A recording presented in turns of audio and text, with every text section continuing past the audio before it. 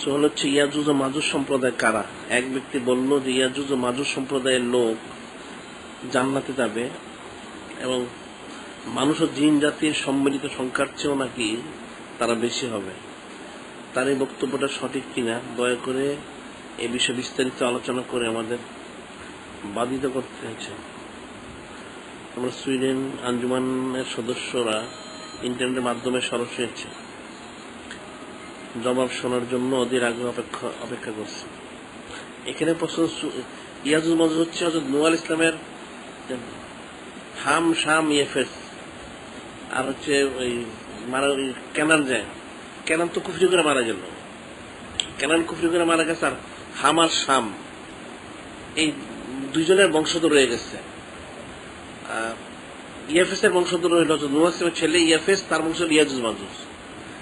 এখন ইয়াজুজ মাজুজের সংখ্যা অনেক সংখ্যা, এখন এদেরকে একটা ইয়ের মধ্যে আবদ্ধ করে রাখা হয়েছে, যেটা ওই হয়তো সেখানকার জুলকারনাইন যখন উনি গেলেন এক প্রান্তে পৃথিবীর, সেখানে দেখলেন যে কিছু লোক বললো যে ইয়াজুজ মাজুজরা তারা জুলুম করে, তখন উনি জুলুম থেকে বাঁচার জন্য ওই জায়গায় ইয়ে করলেন, এদিকে বললেন তোমরা আমার কিছু সীসা লোহা হিসেবে ব্যবস্থা করে দাও। উনি সীসা লোহা ঢালাই দিয়ে অনেক বড় একটা প্রাচীর ওয়াল করে দিয়েছেন যাতে এরা জুলুম করতে না পারে। তখন থেকে তারা আবদ্ধ আছে। এখন এটা যেটা হাদিস সময় আসছে সেটা হলো এরা প্রতিদিন এসে ওই ওয়ালটাকে এদের চারদিকে আবদ্ধ, যেদিকে মানে জনগণ মানুষ আছে ওইদিকের ওয়ালটাকে এসে তারা জিব্বা দিয়ে চাটে, করতে পাতলা করে যে পরের দিন আবার করবো, তারা করতে পারে, পরের দিন আবার এটা মোটা হয়ে যায়, পুরো হয়ে যায়। একদিন তারা করতে করতে এটা বলেছে যে আল্লাহ হাবিবের বেলাদুস শরীফের সময় এটা একটা পাতলা ছিদ্রের মতো হয়ে গেছে। এটা শেষ যখন তারা যেদিন বের হবে সেদিন বলবে ইনশাল্লাহ আমরা কালকে বের হবো, তখন আর এটা পুরো হবে না, মানে প্রতিদিন যখন মোটা হয়ে যায় পাতলা করার পরে ওটা আর মোটা হবে না, ওটাই পাতলাই থাকবে, তখন তার ছিদ্র পরের দিনে ছিদ্র করে বের হবে। বের হওয়ার পরে বলা হচ্ছে তারা যেখানে আছে অদৃশ্য ইয়াতে বিরাট বড় একটা নদী পড়বে, অনেক বড় নদী, মাইলকে মাইল লম্বা, অনেক পানি থাকবে।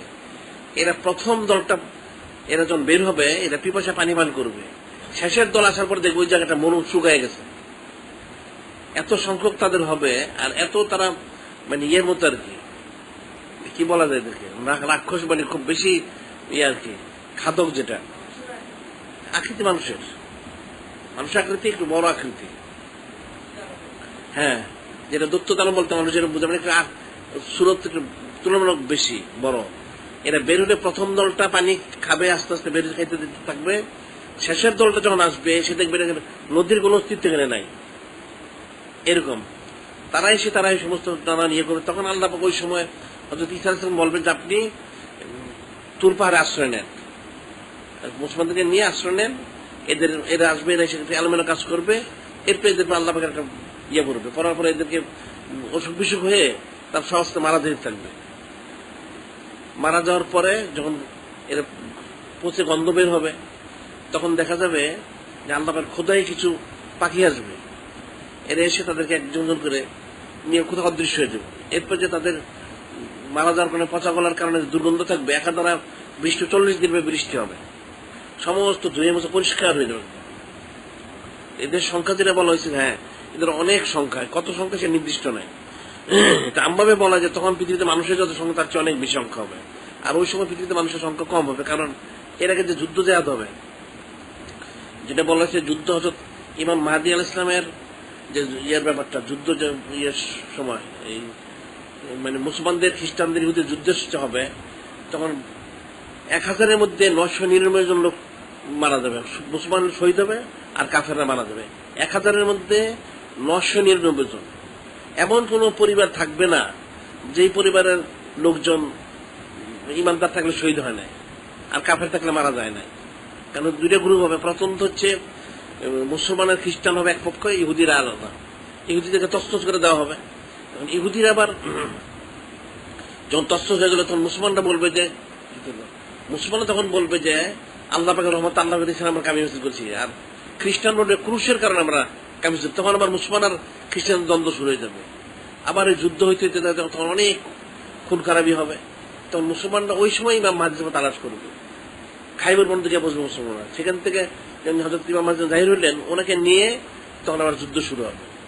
এই যুদ্ধের এখন এটা দ্বিতীয় বছর হোক, তৃতীয় বছর বা চতুর্থ বছর একতলাফ যাই আছে এর মধ্যে, তখন হচ্ছে ঈসা আলাইহিস সালামের মধ্যে ইয়ে হবে, এর মধ্যে আবার দজ্জালও জাহির হবে। দজ্জাল জাহির হয়ে দজ্জালের সে তো তার কার্যক্রম শুরু করবে, তখন হচ্ছে ঈসা আলাইহিস সালাম নামবেন, মনে হচ্ছে দামেস্কের কোন এক মসজিদে তিনি আসবেন। এসে উনি প্রথমেই এটা ফজর আসর রক্ত হবে, এটা যখন তিনি আসবেন তখন হযরত ইমাম মাহদী উনি নামাজের জন্য দাঁড়ায় গেছেন। এমন সময় উনি ফেরেশতাদের কাঁধে বহন করে মসজিদের ছাদে নামবেন, ওখান থেকে কিন্তু ওনাকে চঙ্গ দিয়ে নামানো হবে। উনি নেমে এসে নামাজে দাখিল হবেন। যখন উনি আসবেন তখন হচ্ছে ইমাম মাহদী উনি বলবেন যে নামাজ পড়ানোর জন্য, তিনি বলবেন যে না, আমি প্রথম ওয়াক্ত যারা সরাসরি আল্লাহ ভাইয়ের উম্মত ওনাদের পিছনে পড়বো, আমি আপনার পিছনে প্রথম ওয়াক্ত নামাজ পড়বো, এরপর থেকে আমি নামাজ পড়াবো। প্রথম ওয়াক্ত উনি ইমাম মাহদী পিছনে ইক্তেদা করবেন, এরপর থেকে উনি নামাজ পড়াবেন। তখন উনি বলবেন যে আমাকে যা এখন এটা বল্লম হোক, নেজা হোক বা যে অস্ত্রপাতি সেটা আমাকে দাও, দজ্জালকে হত্যা করতে। তখন উনি সমস্ত ব্যবস্থা করে প্রথম দজ্জালকে হত্যা করবেন সিরিয়ার বাবে লুদে, যে তখন ইহুদিদের 70,000 ইহুদি থাকবে দজ্জালের সাথে। ওনার আল্লাহ পাক ওনাকে এই ইয়ে দিবেন মর্যাদা, ওনার শ্বাস নিঃশ্বাস মোবারক যে বের হইলে যতদূর যাবে অতদূর ইহুদিরা পড়লে ইহুদি গলে যায় অটোমেটিক। আবার আরেকটা হচ্ছে উনি যখন দজ্জালকে হত্যা করে যখন বের হবেন তখন সমস্ত গাছপালা, পাথর, যা কিছু মাটি সব বলবে হে আল্লাহ পাকের নবী হযরত ঈসা আলাইহিস সালাম এখানে অমুক ইহুদি অমুক ইহুদি, এরা বলে দিতে থাকবে। তখন ওনার সাথে মুসলমানরা থাকবেন, ওনারা গিয়ে গিয়ে এরা সবগুলো কতল করবেন। কতল করতে করতে তখন এদিকে তো সে মনে হয় একটা ইয়ে এই দজ্জাল একটা প্রভাব বিস্তার করবে, কিছু লোক তার জমা করবে, তখন সে ওনার নাম শুনে সে পালাইতে থাকবে। দজ্জাল পালাইতে পালাইতে সে সিরিয়ার ভাবে লুট পর্যন্ত যাবে, সেখানে গিয়ে এই দজ্জালকে উনি হত্যা করবেন। হত্যা করার পরে এরপর তিনি একটা মোটামুটি ইয়ে করা শেষ করবেন। এর মধ্যে হযরত ইমাম মাহদী উনি ওনার রিসালাত শরীফ লাখ হবে, ওনার সব সম্পন্ন করে উনি তখন শুরু করবেন। এর পরবর্তী সময় ইয়াজুজ মাজুজ বের হবে। হ্যাঁ হ্যাঁ, ইয়াজুজ মাজুজটা তো তারপরে বের হবে। ইয়াজুজ মাজুজ যখন বের হবে তখন এরপরে বের হবে। বের হয়ে তারা সব তছনছ করার চেষ্টা করবে। তখন তো মুসলমানের সংখ্যা অনেক কম হয়, যেহেতু অনেক মুসলমান শহীদ হয়ে গেছে, তো ইয়াজুজ মাজুজের সংখ্যা মুসলমানের চেয়ে অনেক বেশি হবে। এটা ভাবে তারা বলে জিন ইনসানের চেয়ে বেশি, তো জিন তো সংখ্যা অনেক বেশি, ইয়াজুজ মাজুজের সংখ্যা অনেক বেশি হবে। তো এরা বের হয়ে যখন জুলুম শুরু করবে তখন মুসলমানদেরকে আল্লাহ পাক সরাই দিবেন।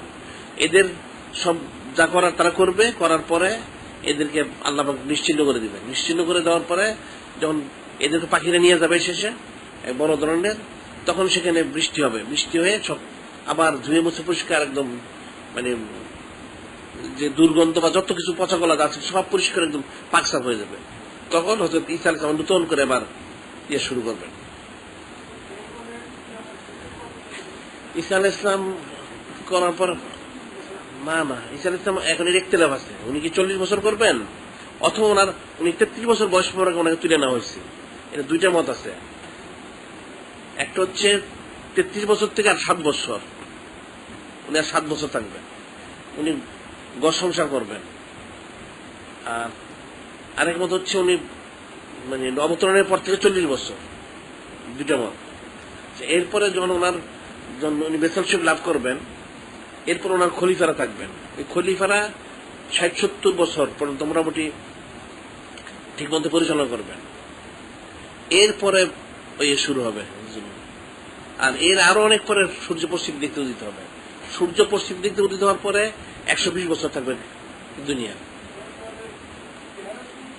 এমন একটা মানুষের মতোই, তবে একটু বিকট হবে। ঈসা আলাইহিস সালাম না ঈসা আলাইহিস সালাম করবেন, ওনাকে ঈসা আলাইহিস সালাম তো আসবেনই হযরত ইমাম মাহদী সাহায্য করার জন্য। কঠিন পরিস্থিতি তো, অনেক কঠিন পরিস্থিতি, কাফের মুশরিকদের জুলুম নানান দিকে সমস্ত রকম, এটা কঠিন একটা পরিস্থিতি। আবার দিকে দজ্জাল তো মানে সে মক্কা শরীফ মদিনা শরীফ ছাড়া পৃথিবীর সব জায়গায় সে বিচরণ করবে, যেখানে সেখানে সে চোখের পলকে ইবলিসের মতো, শয়তানের মতো। সে যেখানে সেখানে যখন তখন সে বিচরণ করবে, বিচরণ করে সে যাবে সেখানে গিয়ে মানুষদেরকে বিভ্রান্ত করার চেষ্টা করবে। এটা কঠিন একটা পরিস্থিতি সৃষ্টি করবে। সেটা উনি তো হযরত ইমাম মাহদী আমাদের প্রতিরোধ করতে থাকবেন। তবে হত্যার দায়িত্ব যেহেতু হযরত ঈসা আলাইহিস উপরে, সে তো হত্যা হবে না, মারা যাচ্ছে না তাকে, তখন উনি আসার পরে উনি তাকে হত্যা করবেন। সে তো 40 দিন যে রাজত্ব করবে ইবলিস, আরে দাজ্জাল 40 দিন সে তার মানে ক্ষমতা ইয়ে করবে। বসতে মানে একটু ওদিকে বসে, তাহলে শরীরটা দিয়ে বসলো, ওইখানে গিয়ে বসলো, পিছনে গিয়ে বসলো, বসতে অসুবিধা নেই, পিছনের দিকে যাওয়া। এখন 40 দিনের মধ্যে প্রথম বলা হচ্ছে যেটা এটার একদিন হবে 1 বছরের সমান, একদিন হবে 1 মাসের সমান, আর একদিন হবে 1 সপ্তাহ সমান। মানে 1 বছর 1 মাস 1 সপ্তাহ 3 দিন, আর বাকি 37 দিন স্বাভাবিক। তাই তো কম সময় না। 1 বছর 1 মাস 7 দিন, এখানে আবার 37 দিন, 37 74 দিন। তাহলে 1 বছর 12 মাস 14 মাস, 14 মাসের পরে আরো 14 দিন। কম সময় না, অনেক লম্বা সময়। এবং সে সূর্যকে আটকে রাখবে, যার কারণে মানে এই সূর্যের প্রখরতার কারণে ওই এলাকাগুলিতে ফসলগুলি নষ্ট হয়ে যাবে। আর সে তার সাথে জিন থাকবে, জিনের দ্বারা মানুষ বলবে তোমার বাবা মার আমি জিন্দা করে দিই, ওই তো জিন তার বাবা মার সুরত ধারণ করবে, মনে হচ্ছে জিন্দা হয়ে গেছে। তাকে মানলে বেহেশত দেওয়া হবে, তাকে না মানলে দুজক দেবে, নাউজুবিল্লাহ। উল্টো হবে এটা, জিনিসটা সম্পূর্ণ উল্টা। তো এইভাবে সে তো বিরাট একটা, এই যেমন এখন ওলামায়ে সুরাকে কম প্রপাগান্ডা করে নাকি, এতে মানুষ ইমান নষ্ট হয়ে যায়। আর দাজ্জালে যে কাজ করবে, ইমান তো থাকা স্বাভাবিক না, খালেস ইমানদাররা শুধু ইমান থাকবে। এখন দাজ্জাল যাকে তাকে বলবে, না বললে তাকে বলতে কতল করো। এখন শেষ যখন তার যে শেষ তার যে এই ইয়েটা ইস্তেদরাজটা মানে কুফরি, এটা শেষ হবে, একজন ওলি আল্লাহর কাছে এসে যাবে, বলবে যে আপনি, সে বলবে ওলি আল্লাহকে তাকে স্বীকার করার জন্য। তুমি বলে তোমার কপালে লেখা আছে কাফের, তুমি কিসে, তুমি তো দাজ্জাল, তুমি তো দাজ্জাল, তোমাকে বিশ্বাস করবো কেন? তখন সে ওনাকে ঠিক ইয়ে করবে, সে ওনাকে শহীদ করে আবার যদি আমি আপনার হত্যা করে চিন্তা করতে পারলে আপনি ইমান আনবেন, উনি বলে করতে পারো, সে করবে, আবার চিন্তা করবে, কিন্তু এরপর তার সব ওই ক্ষমতা নষ্ট হয়ে যাবে, আর পারবে না সে এরপরে। তখন বলতে আমি এখন বিশ্বাস করলাম আসলেই তুমি দাজ্জাল। তখন ব্যাপক এটা প্রচার শুরু হবে। আর তার দ্বারা যে সাগরিদ গুলি, এগুলো তো তাকে বিশ্বাস করবে। আর এদিকে তো ইচ্ছাতাম উনি জাহির মানে নাজিল হয়ে যাবেন, তখন সে পালানো শুরু করবে। সে নানান জায়গায় তার লোক দিয়ে সে লুকায় থাকতে, তখন তার যে একটা মানে কুফরি ক্ষমতা যেটা, সেটার কাজ হবে না, সে পালাইতে থাকবে। তখন এই হযরত ইসলাম তখন তাকে দৌড়ে গিয়ে ধরবেন, সে নানান খানে লুকায় থাকবে, এখানে সেখানে লুকানোর চেষ্টা করবে। তখন তাকে গিয়ে ওই বাবে লুত যেখানে, ওখানে তাকে ধরে তাকে হত্যা করবে। হ্যাঁ,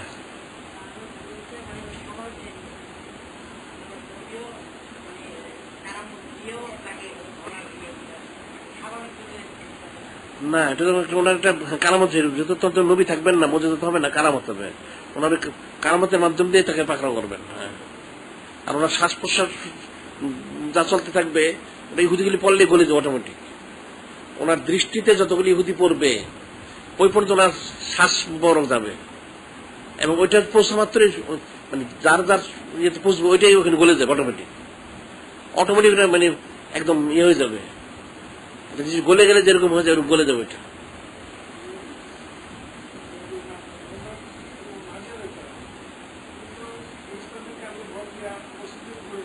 ঈসা আলাইহিস সালাম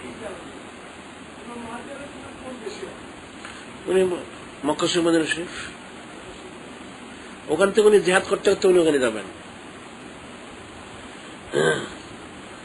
উনি তো বলেছে মদিনা শরীফ ইয়ে করবেন, উনি মক্কা শরীফে উনি অবস্থান করবেন নিজেকে লুকায় রাখার জন্য। ওনার যখন প্রকাশ, যখন সমস্ত মুসলমানরা ওই মানে ইহুদিতে তো হারানো হয়ে গেল, খ্রিস্টানদের যুদ্ধ হয়ে গেল, শুরু হলো। এখন খ্রিস্টানরা মুসলমানদেরকে জুলুম করা শুরু করবে। জুলুম করা শুরু করলে তখন মুসলমানদের যে একজন শক্ত কেউ ইয়ে দিবেন, ইমামতির দায়িত্ব পালন করবেন, এমন ওটা ওনারা অবমাননা করবেন। তখন ওনারা বলতেন এক কাজ করে, এখন যে সময় মনে হচ্ছে ইমাম হাদিস জাহির হবেন, এটা খেয়াল করে অনেক আউলিয়া কেরাম ওখানে যাবেন। ওনারা যায় যে হাদিস হচ্ছে মক্কা শরীফে, কাবা শরীফে তাওয়াফের সময় প্রকাশ হবে। তুমি যখন কাবা শরীফ, উনি মদিনা শরীফ থেকে মক্কা শরীফ চলে যাবেন, ওখানে গিয়ে উনি কাবা শরীফ তাওয়াফ করতে থাকবেন। তাওয়াফ করা অবস্থায় কিছু আমলে কেমন চিনতে পারবেন, ওনার চেহারা মোবারক সুরত সিরত মধ্যে চিনবেন, নিশ্চয়ই ইনি হাজরত ইমাম মাহদী সাহেব হবেন, ওনার সুরত সিরত মোবারক যা বোঝা যায়। তখন বলবেন যে আপনি আমাদেরকে বয়াত করান, আমাদের বয়াত করান। উনি একটু আমতামতা করবেন, তখন গাইবেন তবে হাজা খলিফাতুল্লাহ মাহদী ফাস্তামিউ লাহু ওয়াতিউ। সমস্ত যারা এখানে মক্কা শরীফের কাবা শরীফের মধ্যে, কাবা শরীফের আশেপাশে যারা থাকবে, তাওয়াফের মধ্যে আশেপাশে যারা আছে সবাই এটা শুনবে। হাজা খলিফাতুল্লাহ মাহদী ফাস্তামিউ লাহু ওয়াতিউ, ইনি আল্লাহ খলিফা মাহদী আলাইহিস সালাম, ওনার কথা শোনো, ওনার এতাত করো। সমস্ত লোক এসে তখন ওনার কাছে বয়াত গ্রহণ করে, তখন ওনার ইয়েতে ইমামতিতে সবাই তখন নিয়ে যাবেন। 40 হবে। হ্যাঁ হ্যাঁ হ্যাঁ, ওই চিহ্নিত করার জন্য পড়ান।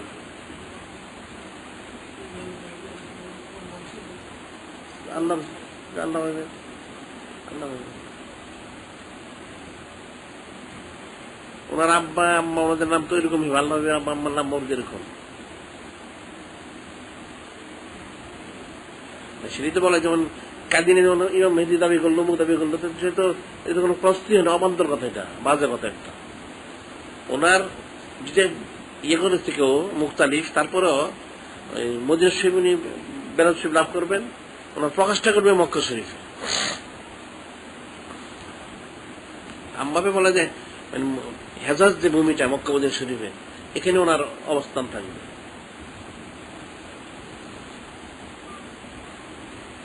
আর এটা ইয়ের যেমন মুক্ত শুনে বলছেন হযরত মজিদার রহমাতুল্লাহ আলাইহি যে নকশবন্দি মজুদ তরিকাটা উনি পূর্ণতে পৌঁছাবেন।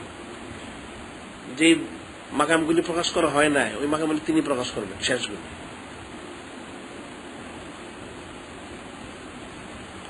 এখানে যেটা বলা হচ্ছে, কথা তো আমরা আরেক দিকে, ইয়াজুজ মাজুজ যেটা হযরত নূহ আলাইহিস সালামের বংশধর, ইয়াফেস এর বংশধর। আর এখানে যেটা বলা হচ্ছে, এরা তো জালেম থাকবে, জালেমরা তো জান্নাতে যেতে পারে না। এখন এর পরে আল্লাহ পাক কি বলছে, আল্লাহ পাক দেখতে সাধারণভাবে যেটা বলা হচ্ছে, এরা জালেম থাকবে, জুলুম করবে, এরা ধ্বংস হয়ে যাবে। আর জিন এবং ইনসানের সম্মিলিত সংখ্যার চেয়ে বেশি হবে, মানুষের চেয়ে বেশি হবে। এখন জিন সম্মিলিত অংশ বেশি হবে কিনা সেটা জানাতে বলছে, অনেক অসংখ্য হবে, যেটা সাধারণভাবে গণনার বাইরে, ওইটাই বলা হচ্ছে। ওই জন্য আমভাবে বলা হয় জিন ইনসানের চেয়ে বেশি হবে, আসলে অনেক সংখ্যা হবে। আচ্ছা, এটা হয়ে গেল আলোচনা।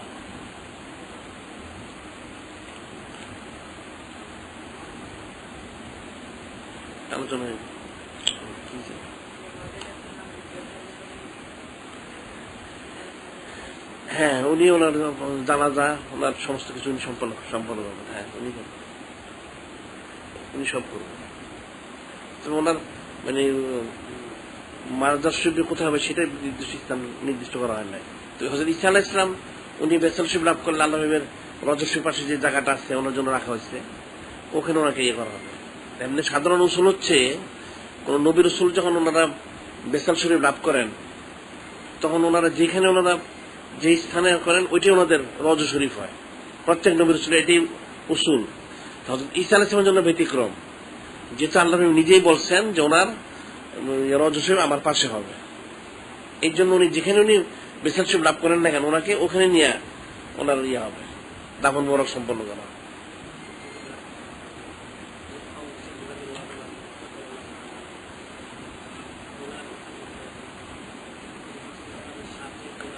হ্যাঁ,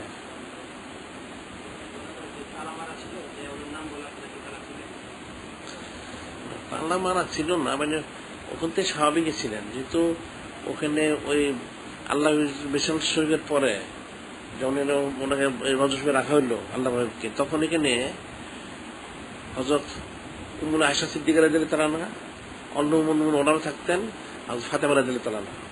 উনি তো 6 মাস একাধারে এখানেই ছিলেন, ওনারা ওইখানেই অবস্থান করতেন।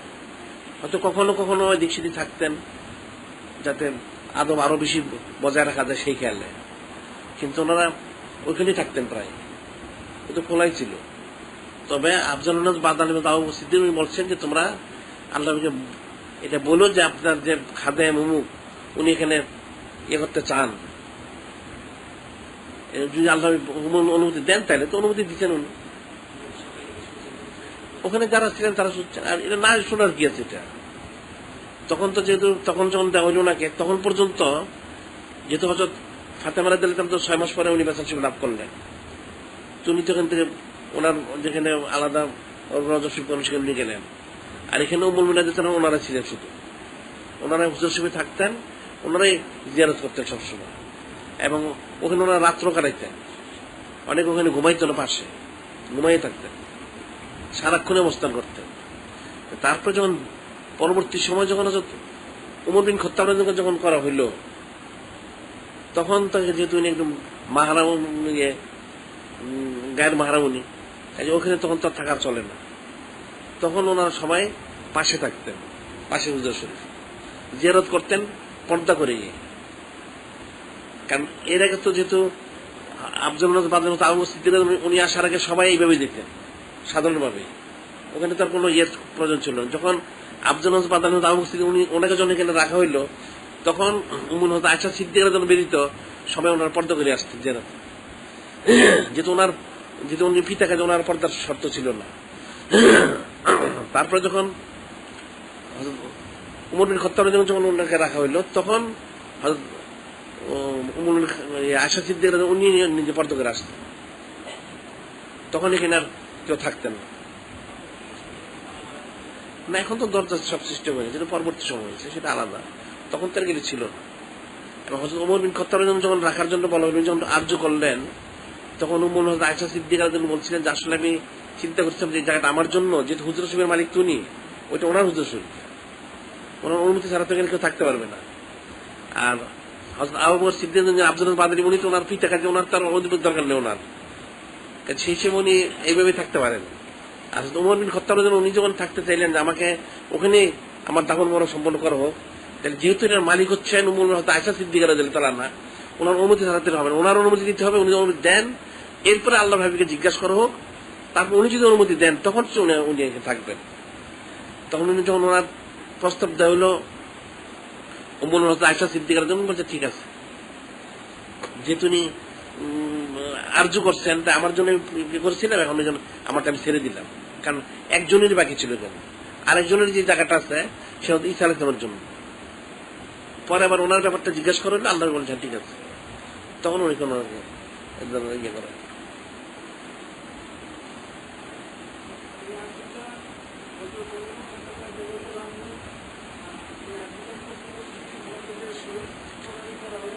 যখন উনি আহত, তখন হ্যাঁ ওনারা উনি তো জানাতুল বাকিতে, আর আলী তো কুফাতে নজফে, কুফা নজফ। এখন জায়গা খালি আছে ঈসা আলাইহিস সালামের জন্য।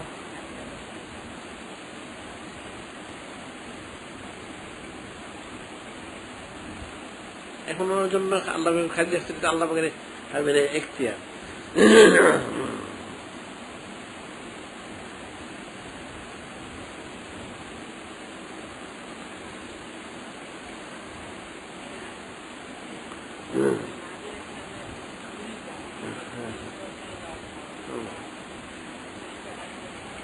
হ্যাঁ, কিছুক্ষণ থাকবেন ওনারা, ঈসা আলাইহিস সালামের এটা খেদমত আঞ্জাম দিবেন।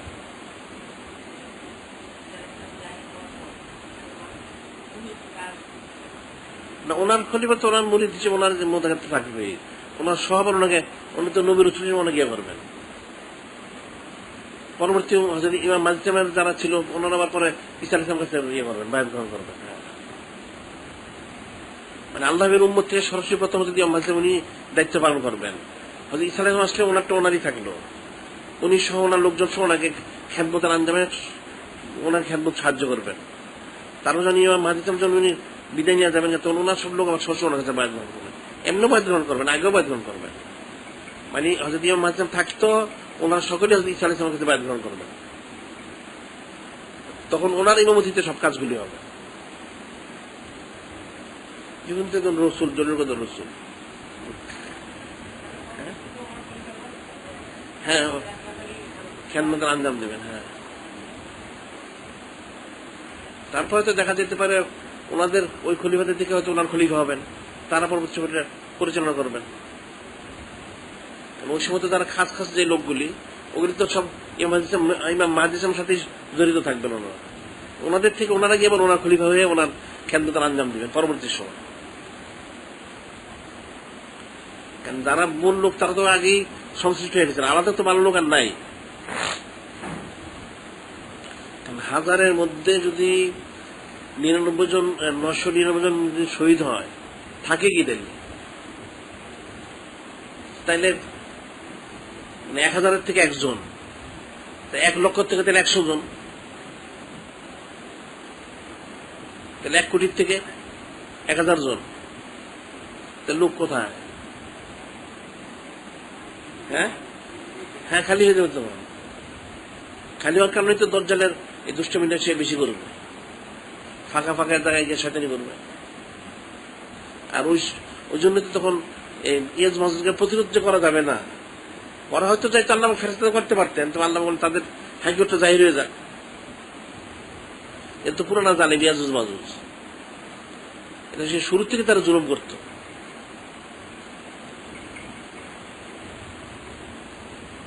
আর তখন আমার বলা হয়েছে বিষয় যেটা, সেটা হচ্ছে তখন কিয়ামতের শেষ মানে কাছাকাছি সময়, তখন ওই সমস্ত গাছের বা ফসল ফলাদি অনেক বেশি হবে। একটা আনার ফল সেটা মানে কয়েকজন মিলে মানে যদি খায় তাও শেষ করতে পারবেন। তখন দামও বেশি হবে, যে একটা গরুর মাথার দাম 150 স্বর্ণ মুদ্রা হবে, অনেক দাম হবে। আবার গাছগুলি সাধারণ, যেমন এখন হয়তো অনেক জায়গায় থাকতে পারে, বেগুন গাছ এত বড় হবে যে বেগুন গুলিও এভাবে পারা যাবে না হাত দিয়ে, আর অনেক লম্বা লম্বা বড় বড় হবে। একটা বেগুনে একটা আনার ফল 40 জন খাবে, একটা বেগুন 40 জন খাবে, পেট ভরে যাবে। এখন দুইটা হবে, একটা বড় হবে আবার বরকত হবে, একসাথে দুইটা হবে। আর জমিন তো তার গাছ উদ্গীরণ করে দিবে, তার যত বরকত সব ছিটিয়ে দিবে, তার বরকতের কারণে ফসল বেশি হবে। এখন যদি 1 মণ সেখানে 10 মণ হবে, 10 মণের জায়গায় 100 মণ হবে, দেখা যাচ্ছে খাওয়ার লোক নাই, কারণ ওই অনুপাতে তো লোক নাই। আবার জমিন বিরান থাকবে। আর এরপর আবার 120 বছর মানে কিয়ামতের আগে হবে সূর্য পশ্চিম দিক থেকে উঠবে। সূর্য পশ্চিম দিক থেকে এটা একটা অনেক লম্বা রাত্র হবে। সূর্য ওঠে না ওঠে না ওঠে, সমস্ত মানুষ হইতে শুরু করবে, পোলাপানরা কান্নাকাটি শুরু করবে, পশুগুলি ডাকাডাকি শুরু করবে। হঠাৎ দেখবে এরপরে মানে 1 রাত 3 রাত্র সমান হবে। হঠাৎ দেখা যাবে একদম খুব সরু একটা মানে চিকন একটা আলো নিয়ে সূর্য পশ্চিম দিক থেকে উঠতেছে। উঠতে উঠতে আস্তে আস্তে আলোটা প্রখর হবে না, সেরকম একটা চিকন হালকা একটা আলো যেরকম হয় মোটামুটি এরকম একটা আলো নিয়ে একদম মধ্য আকাশ আসবে। আবার পশ্চিম দিকে ডুববে, পশ্চিম দিক থেকে উঠবে, পশ্চিম দিকে ডুববে, এরপরে স্বাভাবিক হবে। তখন কিন্তু সবাই মানে হইতে শুরু করবে, হাউমাউ কান্নাকাটি শুরু হয়েছে, তবর দরজা বন্ধ হয়ে গেল। এরপর কিন্তু সন্তান আর হবে না। যদি হয় ওই ছোট অবস্থা ইন্তেকাল করবে, কারণ তবর দরজা বন্ধ হয়ে গেছে আমভাবে, আর কোনো মানুষের সন্তান হবে না। যদি সন্তান হয় তাহলে সে ওই মাসুম হিসেবে তার ইন্তেকাল হয়ে যাবে।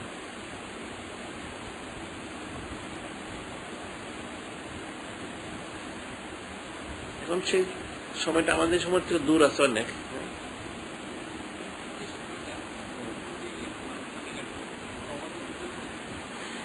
না কেন হচ্ছে না, হাত তো সকাল হচ্ছে না কেন? তখন বুঝতে পারবে না, তবা করবে করতে বুঝতে পারবে না।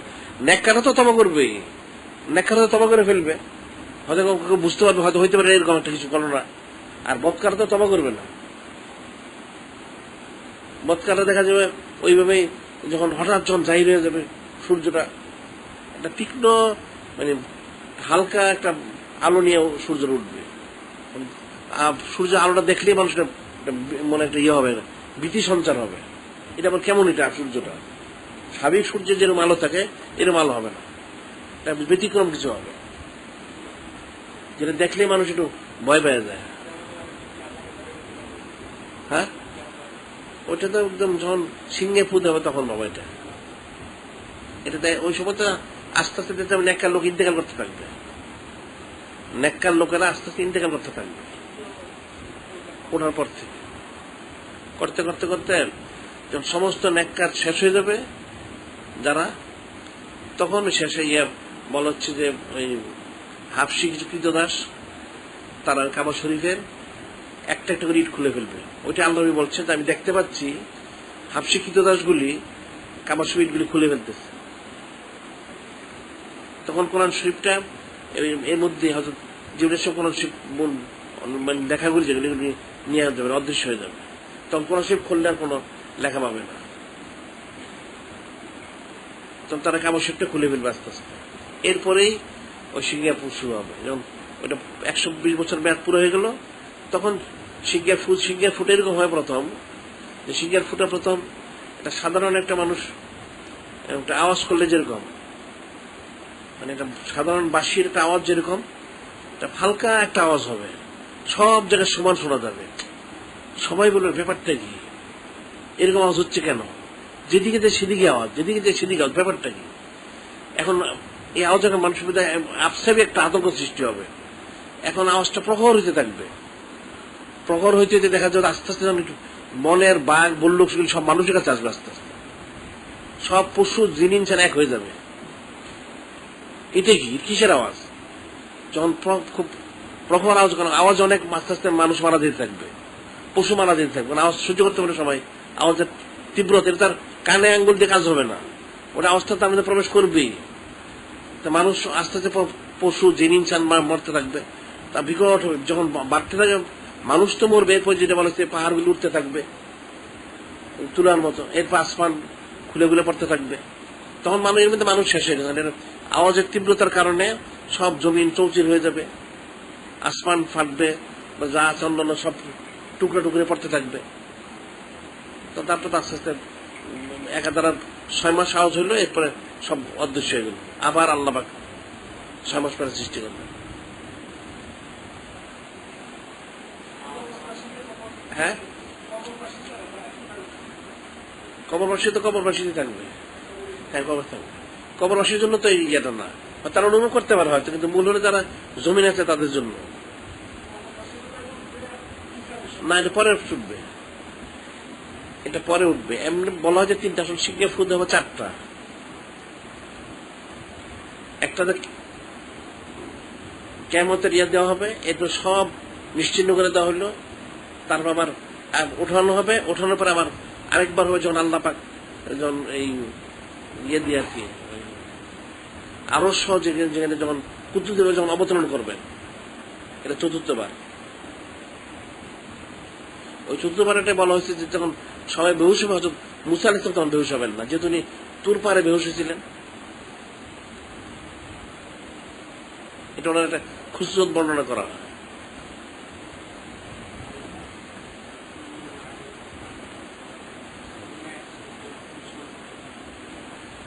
এটা হইল এখন কুল্লুমান আলাইহা ফান ওয়া ইয়াবকা রাব্বিকা যুল জালালি ওয়াল ইকরাম, সমস্ত ধ্বংস আল্লাহ পাক ছাড়া কেউ থাকবে না।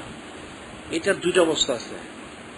একটা অবস্থা হচ্ছে যখন সব ফান হয়ে যাবে তখন, তারপর 9টা জিনিস থাকবে অস্তিত্ব। আরশ, কুরসি, লৌহ, কলম, সিংহা, রূহ, আমল নামা, আর হলো আরশ, কুরসি, লৌহ, কলম, বেহেশত, দোজখ, রূহ, সিংহা, আমল নামা, 9টা জিনিস। আরশ, কুরসি, লৌহ, কলম, বেহেশত, দোজখ, রূহ, আমল নামা, সিংহা, এই 9টা জিনিস থাকবে কিছুক্ষণের জন্য। এই 9টা জিনিস ছাড়া সব হবে। এরপর কিছুক্ষণের জন্য দ্বিতীয় যখন দাপে যাবে, তখন আল্লাহ বলেন যে তখন কুল্লুমান আলাইহা ফান, দ্বিতীয় তখন সবকিছু ওইগুলো এই সমস্ত বিষয়গুলো কিছুক্ষণের জন্য ইয়ে হয়ে যাবে, ফানা হয়ে যাবে। আল্লাহ তখন লেমানি মুলকুল ইয়াউম, রাজত্ব কার? আল্লাহ, লিল্লাহি ওয়াহিদুল কাহার, আল্লাহ পাকের একমাত্র। এখন এখানে একটা প্রশ্ন আছে, সেটা হলো যে সবকিছু ফানা হয়ে গেল, তাহলে আল্লাহর হাবিব যিনি নবীদের ওনার তাহলে উনি কোথায় থাকবেন? উনি আসলে ওই যে প্রথমে কুদ্দুতে ছিলেন, উনি কুদ্দুতেই থাকবেন। আল্লাহ হাবিবের ওনার কোনো ফানা নাই, উনি ফানা হয়ে বাঁকা হয়ে রয়েছেন। আল্লাহ হাবিব যখন ওই সৃষ্টির শুরুতে যে উনি কুদ্দুতে বললেন আমি কুদ্দুতে ছিলাম, ওই কুদ্দুতের মধ্যে উনি থাকবেন, প্রবেশ করবেন। যেহেতু আল্লাহ হাবিব সাথে কোনো মানে আসমান জমিনে আরজ করছে লোহ কলম ভেজ, এর কোনো সম্পর্ক নাই। আল্লাহ যখন আল্লাহ সৃষ্টি করলেন তখন কিছুই ছিল না। আল্লাহ কে নূর আল্লাহ নূরি, কোন জিনিস প্রথম সৃষ্টি করলেন? আল্লাহ অজুদ মুবারককে। তো কোথায় ছিলেন? আল্লাহ কুদরতের মধ্যে, বিল কুদরত, মানে কুদরতের মধ্যে। আল্লাহ কুদরতের মধ্যে আল্লাহ অবস্থান করতেছিলেন। ঠিক আবার যখন সিংহে ফুদে যখন সব ফানো হয়ে যাবে, কেউ কারো অস্তিত্ব, তখন আল্লাহ ভাবি আবার উনি কুদরতের মধ্যে অবস্থান করতে থাকবেন। আল্লাহ ভাবের কিন্তু কোনো ইয়ে নাই, ফানা নাই।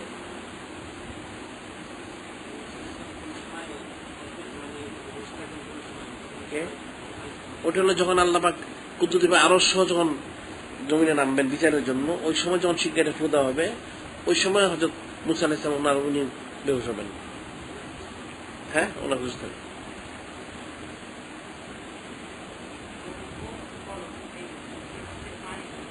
লোহ হলে একটা তক্ত, একটা ব্ল্যাকবোর্ড আছে না, এর মানে বড় ব্ল্যাকবোর্ডের মতো, এর পাশে কলমটা আছে, কলম আছে ওটা। এই কলমটা দিয়ে কুদরতি ভাবে আল্লাহ পাক লোহ মাহফুজে সব লেখাইছে। হ্যাঁ, ওটাও থাকবে কিছুক্ষণের জন্য, এটা অদৃশ্য হয়ে যাবে। কালেমা শরীফ আল্লাহের নাম মোবারক লিখতে দিত, কলমটা ফেটে গেল। আল্লাহ পাকের লা ইলাহা ইল্লাল্লাহ বলতে সে ঠিকই লেগেছিল। যখন আল্লাহের নাম মোবারক লিখতেন তখন আল্লাহের রবের কারণে এবং ওনার ইয়ার কারণে কলমটা ফেটে গেল সাথে সাথে। কলমের ডিপটা যেন ফাটা দেখানো হয়, ওই কলমের ডিপটাও ফাটা আছে। যখন আল্লাহের নাম মোবারক আসলো, যখন আল্লাহ বলতে তুমি দেখো আমার এই কালেমা শরীফ প্রথম লা ইলাহা ইল্লাল্লাহু, কলম ঠিক মতোই লিখলো। যখন মুহাম্মদ রাসূলুল্লাহ সাল্লাল্লাহু আলাইহি ওয়াসাল্লাম যখন আল্লাহর নাম মোবারক আসলো, তখনই কলম ইয়েস রবের চোট এবং ইয়েস কারণে কলমটা মানে একটা ইয়ে করে ফেটে গেল। ভীত সন্ত্রস্ত আল্লাহ নির্দেশে লেখলো ঠিকই, কিন্তু কলম খুব ভীত সন্ত্রস্ত অবস্থায় এই কাজটা করেছে। আল্লাহ হাবিবের রবের কারণে কেন বাড়বে আবার? হ্যাঁ, আল্লাহ হাবিবের রবের কারণে, ওনার মর্যাদা মর্তবা ফজিলত সবকিছু মিলে উনি তো আল্লাহ বলছেন আমি তো কারো মতো না, লাস্তু কাদিকুম। কলম তো স্বাভাবিক লিখতে চাইছিল, কিন্তু কলম যখন এখানে গেল তখন সে হাইকোর্ট যখন বুঝলো, তখন সে তো ইয়ে হয়ে গেল, ভীত সন্ত্রস্ত সে ফেটে গেল। এই জন্য মানুষ কলমটা যে ডিপওয়ালা কলম, যেগুলো ডিপ, হ্যাঁ ফাউন্টেন পেন যেটাকে বলে, ওটা তো মধ্যে একটা ফাটা থাকে, ওটা কলমটা ওই সময় ফাটছে, তখন থেকে এইভাবে হয়।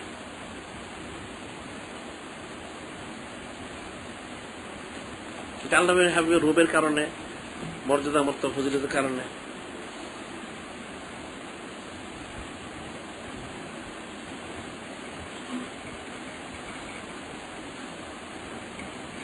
এখন সেটাই তো বলা হয়েছে যে আসমান জমিন হোক, আরশ কুরসি হোক, লোহ কলম হোক, জিন মানে যা কিছু আছে, অন্য কিছু জিন ইনসান ব্যতীত আর কি, এরা তো সবাই আল্লাহ হাবিবের কিছুটা উপলব্ধি করে। সব তো বুঝতে পারবে না, সবাই বুঝার তো প্রশ্ন হয় না, উপলব্ধি করে।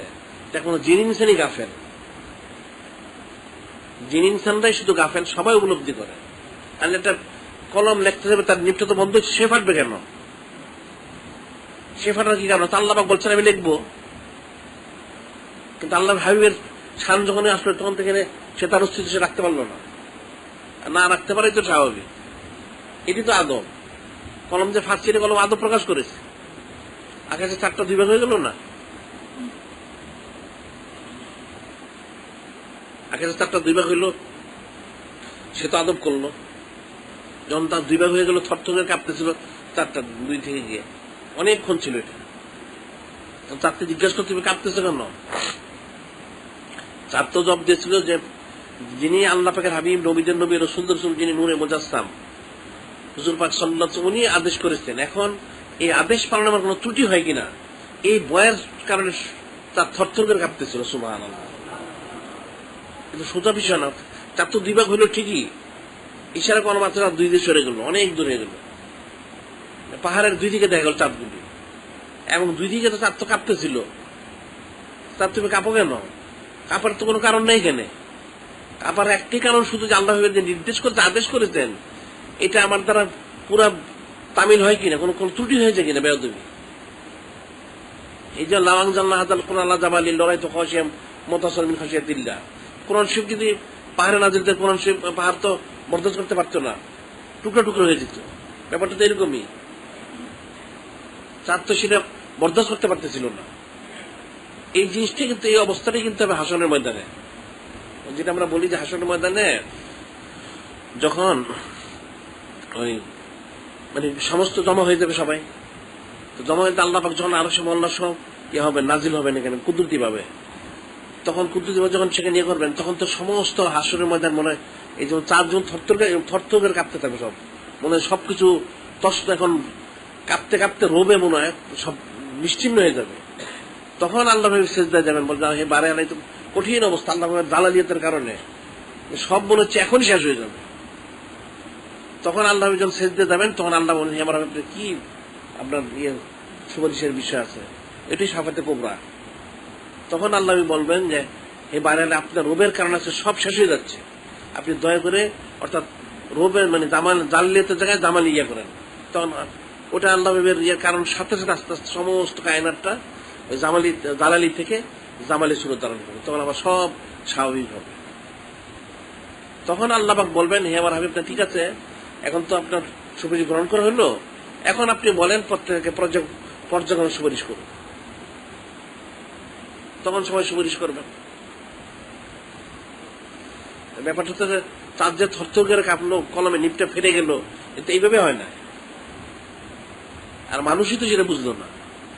একটা যদি চাঁদকে মানে জড় পদার্থ বলি, কলমের নিপটাকে জড়, সেই তারা তো সে বুঝলো, পুরানা বুঝক তো কিছু অনুভব করেছে, মানুষের অনুভূতিটা কোথায়?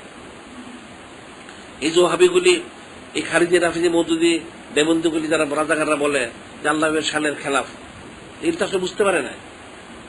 একটা আসমানে চাঁদ বুঝলো, একটা কলমের নিপ বুঝতে পারলো, বা অন্য কিছু বুঝতে, জিনিস ব্যতীত যত কিছু আছে এরা সবাই বুঝলো, এই তাদের বুঝতে পারলো না আল্লাহের রোবের বিষয়টা, আমার মর্যাদার বিষয়টা। এখন আল্লাহ পাকের জালালিও তার জামালিও একই, দুইটা দুই দিকে, যেটা যেদিকে সেদিকে শেষ।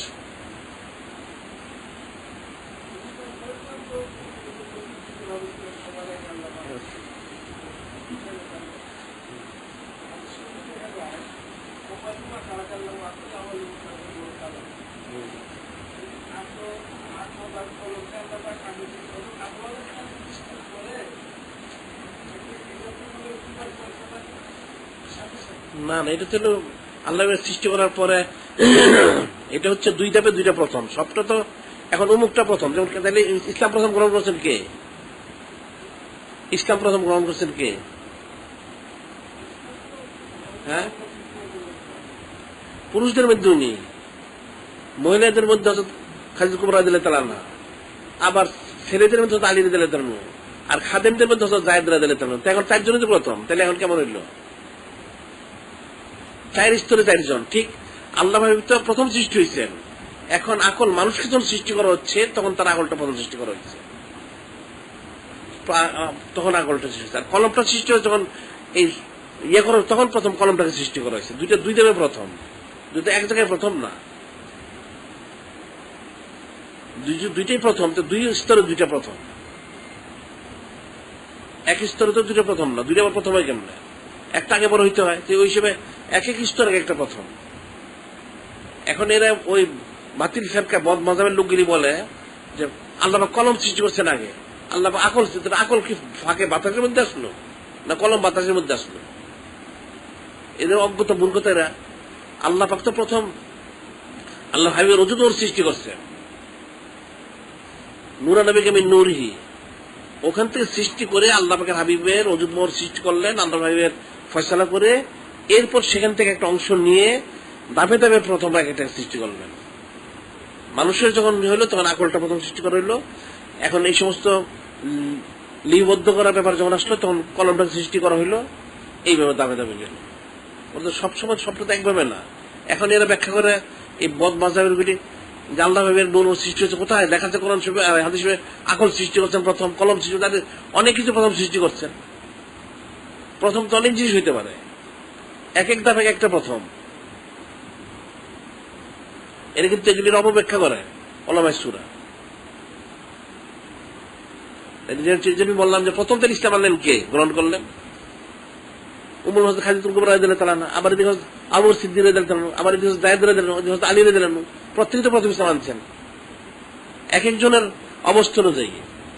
আবার ওই কথা বলতে গেলে তো তাহলে সে বহিরা ইসলাম গ্রহণ করছে প্রথম, তাহলে আবার ওই যে ওই ওয়ারাকা বিন নওফল রাদিয়াল্লাহু উনি প্রথম ইসলাম গ্রহণ করছেন। প্রথম তো শেষ নাই, এক এক ধাপে একজন প্রথম। আর আরো যদি বলা হয় তাহলে সেটা তো বললে যেন আফজালুল বাদাল আহমেদ প্রথম বিশ্বাস করছেন নিশ্চয় ব্যতিক্রম কিছু আচরণের মধ্যে। আবার উম্মুল হযরত খাদিজা কুবরা রাদিয়াল্লাহু তাআলা উনি যে ব্যবসা যখন আল্লাহর সাথে করলেন, উনি তো প্রথমে বুঝছেন উনি তো সাধারণ লোক, এই জন্য তিনি ওনার খেদমত করার জন্য ইয়ে হয়ে গেলেন। উনি তো আগেই বুঝছেন এগুলি। আর ওহী নাজিলের তরকিবটা তো হচ্ছে প্রকাশের পরে, ওনারা তো আগেই বুঝে ফেলছেন সবকিছু, ইমান তো আগেই হয়ে গেছে। তারপর তাইলে আবার বলতে গেলে আসাদ বিন কারতুব সেই 1400 আর 1600 বছর আগে সেই ইমান আনছে, ইমান আনে নাই কেমনে? কিন্তু প্রত্যেক জায়গায় প্রথম, দ্বিতীয় কে দিলে সবাই সবার জায়গায় প্রথম। হ্যাঁ হ্যাঁ, ওনারা তো রোজা আদালের প্রথমে সৃষ্টির হতে ইমান আইনে বসছে, ওনারা তো তার প্রথমে ইমান আনছেন। ওনাদের তো আছে, ওনারা বাদ দেন কিন্তু আমরা বললাম এখানে ফিকিরের বিষয় তো সব জায়গায় আছে, ফিকিরটা নাই কোথায়? এখন আল্লাহ ভাবের মর্যাদা ওলামায়ে সূরা হোক, আর ওয়াহাবি খারিজি রাফিজি মুতাজিলি হোক, বদুই দেওবন্দি হোক, আর এই রাজাকার, এটা বুঝবে না কোনোদিন, এটা কোনোদিন বুঝবে না। আল্লাহ ভাবের মর্যাদা রাষ্ট্র বুঝে না। আল্লাহ ভাবের মর্যাদা তো আল্লাহ পাকই প্রকাশ করেছেন, আল্লাহ ভাবি প্রকাশ করেছেন। নবী রসুল যারা ওনাদেরকে ওনাদের নবুয়ত রাসূল প্রকাশ করা হইল না, ওনার আল্লাহ ঈমান আনার খেদমত করা সত্য না দেওয়া পর্যন্ত, এটা কি সোজা জিনিস নাকি? এটা কি প্রয়োজন ছিল? আল্লাহ আমি সৃষ্টি করছি, আমার সৃষ্টি যে নিচ্ছে সেটা করবে, ওটা বললেন না তো। আমার হাবিবের বাইরে কেউ যেতে পারবে না, হাবিব ঈমান আনতে হবে, ওনার খেদমত করতে হবে, সব সত্য পালন করতে হবে, তারপর বাকি ফয়সালা সে যেই হোক, যিনি আনছেন হোক আর ফেরেশতা হোক, কারো কোনো এখানে ইয়ে নাই, কিলোকাল করার কোন সুযোগ নাই। যে আল্লাহর হাবিবের সাথে আগে ফয়সালা, বাকি সব ফয়সালা অটোমেটিক হবে। বিষয়টা তো একটা কঠিন বিষয়, তাই না? আল্লাহের মর্যাদা কতটুকু এটা মানুষ কি নির্ণয় করবে? এই মর্যাদা তো ব্যাখ্যা মানুষ দিতে পারবে না।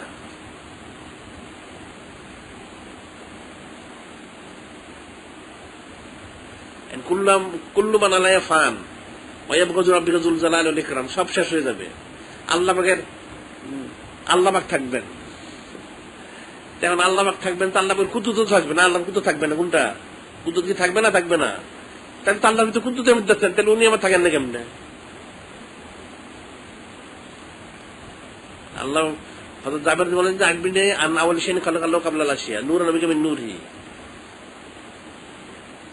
কি করলেন? হে আল্লাহ আমার বেয়াবি আন্ত উম্মি, আমার পিতামাতা কুরবান হোক, বলেন যে আল্লাহ পাক প্রথম তোমার যে আল্লাহর হাবিব যে নবী ওনার ওজুদ মোবারক ওনাকে সৃষ্টি করেছেন। ইয়াদুমিল কুদরত হাইসু আল্লাহ তাআলা, কুদরতের মধ্যে অবস্থান করতেছেন যেখানে আল্লাহ পাক চান। অর্থাৎ এই জিনিসটা মানুষের আকলের বাইরে, এটার বর্ণনা করলে মানুষ বুঝবে না। হাইসু আল্লাহ তাআলা, আল্লাহ পাক যেখানে চান তিনি আল্লাহের কুদরতের মধ্যে অবস্থান করেছেন। তো কুদরতে যদি অবস্থানই করেন তাহলে কুদরত তো থাকবে না, কুদরত থাকবে না, তাহলে সব ফানো হয়ে গেল, কুদরত থাকতে হবে। আল্লাহ পাকের যে কতগুলি বলা হচ্ছে, যে কয়েকটা নাম মানে হাকিকি সিফত, যেটা তার মধ্যে একটা কুদরত আল্লাহর হাকিকি সিফত। সিফত তো অনেক রকম আছে, কুদরত তো থাকবে।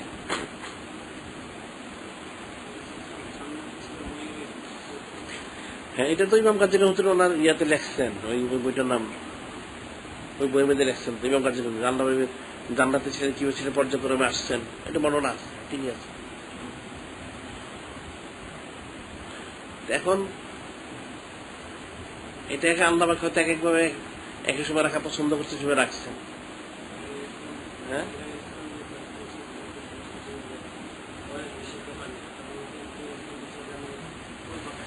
হ্যাঁ, সেটা একটা তারকার মধ্যে দেখছেন, সবসময় ময়ূর রেখা ছিল না, তারকার মতো। উনি বলছিলেন যে আল্লাহ জিজ্ঞেস করছিলেন এটা যে হয়তো বলেছিলেন বয়স কত ওনার, এটা আমাদের পত্রিকায় গেছে ইয়েটা।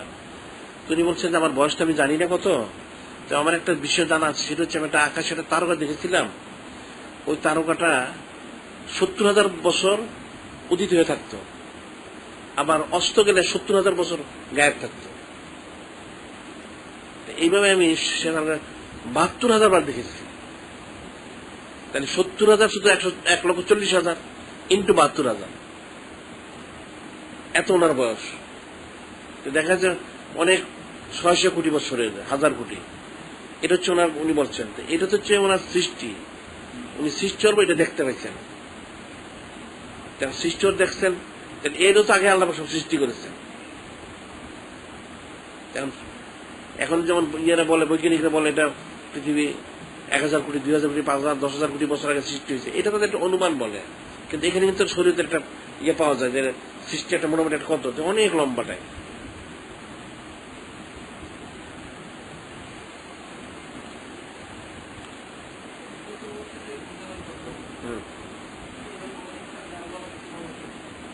হ্যাঁ, অবশ্যই আল্লাহ শুধু তো ঠিকই তো আছে। হ্যাঁ, ঠিকই তো আছে। কুদ্দুতের মধ্যে অবস্থান আর কি আসলে। হ্যাঁ, ডিউটি করবেন, ফেরেশতাদের কাজ থাকবে না। যেমন সাধারণত বলা হয় একটা লোক ইন্তেকাল করলে তার যে ফেরেশতা কেরামান কাতিবিন যে লেখক, এই ফেরেশতারা তার কবরে বসে তার জন্য ইয়ে করতে থাকে, মাগফিরাত কামনা করতে থাকে নেককারদের জন্য। আল্লাহ যাদের জন্য যে ফেরেশতা তারা ওই ডিউটি করবে।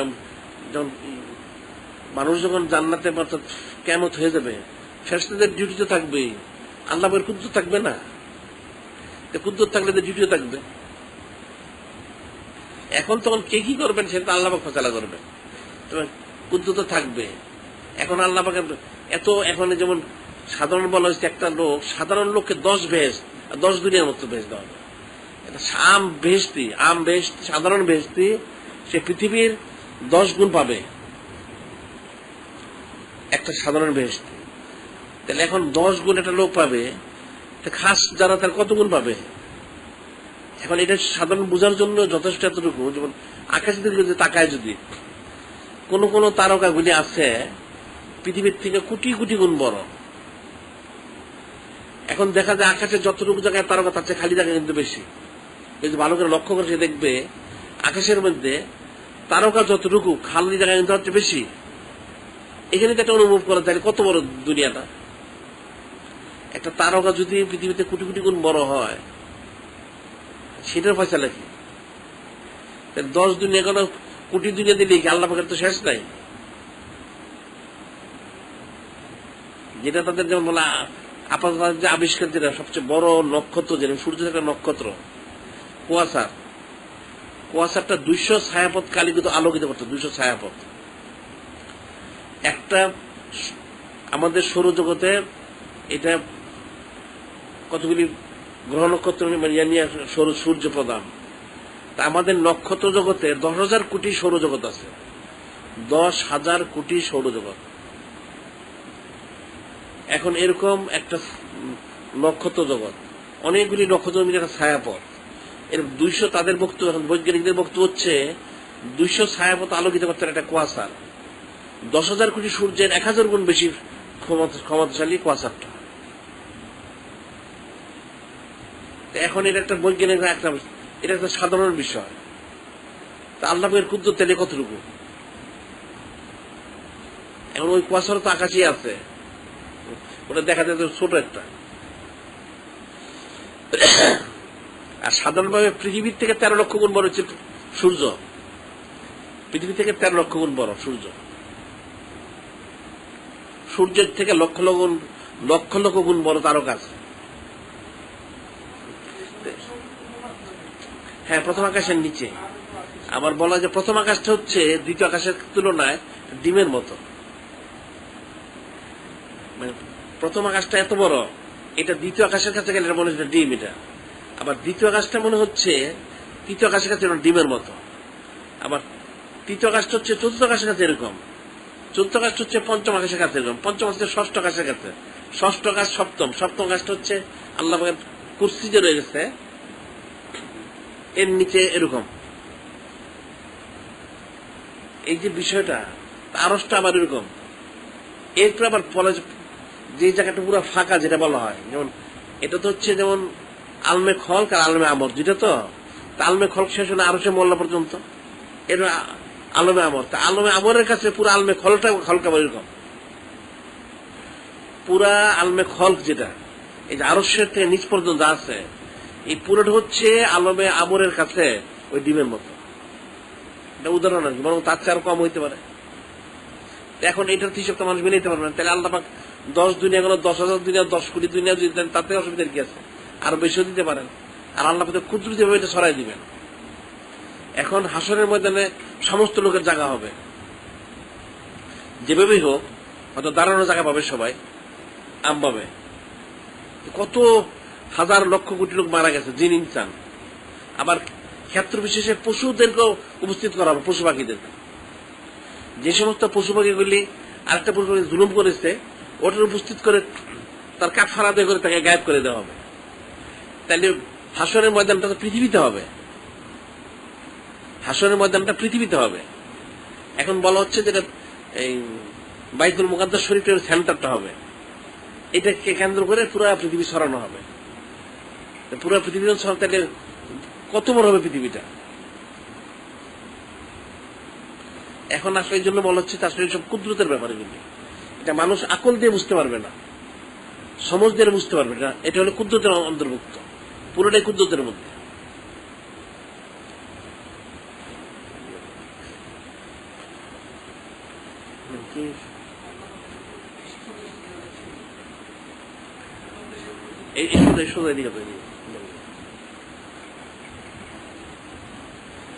এখন সেটা আল্লাহ পাকের কুদরতের অধীন, আল্লাহ পাক ফয়সালা করবে।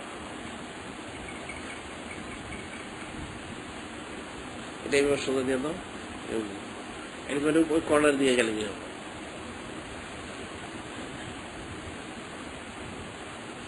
এখন আল্লাহ পাকের কুদরতের শেষ নাই, আর ওই যেটা বলেছে আল্লাহ পাকের রহমতের শেষ নাই, আর আল্লাহ পাকের জালালিয়াতেরও শেষ নাই। আসলে আল্লাহ পাক এত দয়ালু, ওটা যদি হাকিকত ফাঁস হয় তাহলে তো অনেক কিছু। আর আল্লাহ পাক এত মুসলমান হবে, গোসল করে আসছে, পাখির ধরতে বলো, যে মুসলমান হবে পাখির ধরো।